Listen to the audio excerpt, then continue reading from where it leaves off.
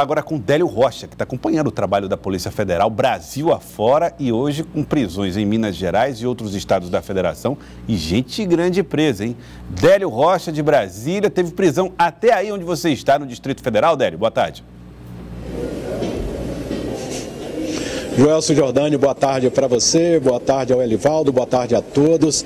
Pois é, Joelson, aqui do Distrito Federal e em 5 estados do país, em Minas Gerais, em São Paulo, no Rio de Janeiro, em Mato Grosso e na Paraíba.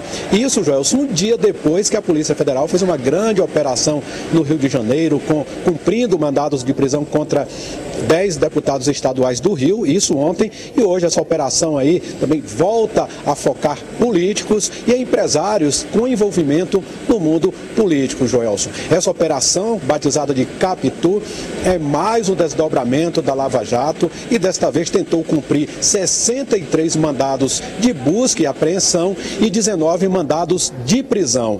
E no meio desses mandados de prisão, Joelson, eu queria até destacar alguns nomes que estavam na mira da Polícia Federal. E os nomes são os seguintes.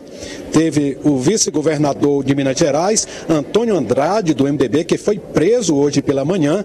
Ele que é ex-ministro da Agricultura do governo de Dilma Rousseff e foi presidente do MDB de Minas Gerais. Também foi preso hoje o deputado federal eleito Nery Geller, que é do PP de Mato Grosso, também ex-ministro da Agricultura na gestão de Dilma Rousseff.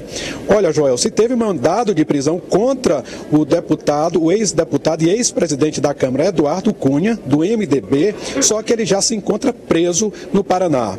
Também foram presos hoje pela manhã o deputado estadual João Magalhães, do MDB de Minas Gerais, o empresário Joesley Batista, dono da JBS, e Ricardo Saldi, ex-executivo da JBS. O que a gente vê nessa operação de hoje da Polícia Federal é a volta aí ao noticiário do empresário Joesley Batista, ele, Joelson, que é uma das figuras aí mais presentes nos noticiários nos últimos anos. A gente aqui pode lembrar daquela gravação dele que ele fez com o presidente Michel Temer. Essa gravação veio a público e aparece o empresário dizendo para Temer que pagava um dinheiro para que Eduardo Cunha mantivesse o silêncio. Nessa mesma conversa, ele aparecia dizendo que tinha controle sobre alguns magistrados. Teve uma outra gravação feita por Joesley Batista, aliás, feita pela Polícia Federal, mas uma conversa envolvendo Joesley Batista e o senador Aécio Neves. Nessa conversa, Aécio Neves pedia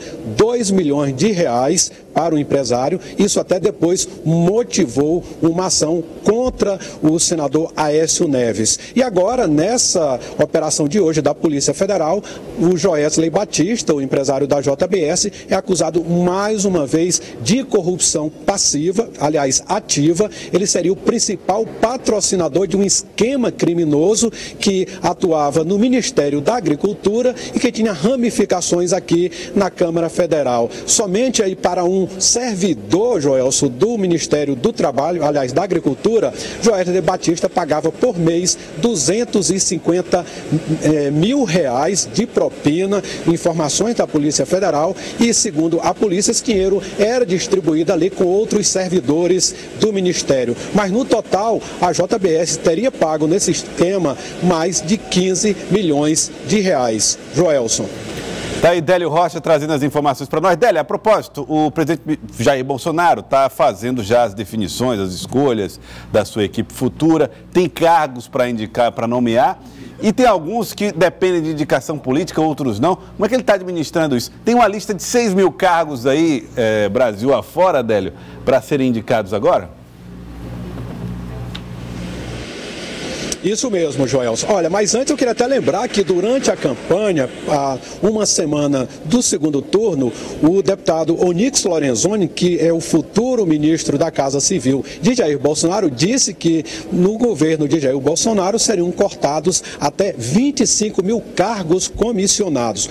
Hoje, Joelson, o Executivo Federal tem mais de 32 mil cargos comissionados. Aí a gente não está falando de empresas públicas, isso é só da administração direta. A gente está excluindo, por exemplo, Petrobras, Banco do Brasil, esses 32 mil cargos comissionados são só na administração direta do Executivo Federal, sendo que 26 mil cargos comissionados não são de nomeação direta do presidente, são, na verdade, nomeações para servidores da casa ou então para outras áreas que não dependem do presidente. Por exemplo, o reitor da Universidade Federal do Piauí tem direito a fazer nomeações de cargos comissionados. Agora, mais de 6 mil cargos são de nomeação direta do presidente da República, Joelson. E aí ele pode escolher quem ele quiser, sendo do serviço público ou não. E ele pode fazer isso, essas nomeações, a partir do dia 1º de janeiro, quando ele assumir a presidência da República. Agora, resta saber se ele vai fazer corte nesses cargos comissionados ou se vai manter aí esse mesmo número de cargos comissionados que hoje representam 5% de todos os servidores ativos da administração direta federal. Joelson. Obrigado, Délio Rocha, direto de Brasília, com as informações aqui no nosso Jornal do Piauí. Obrigado, Délio.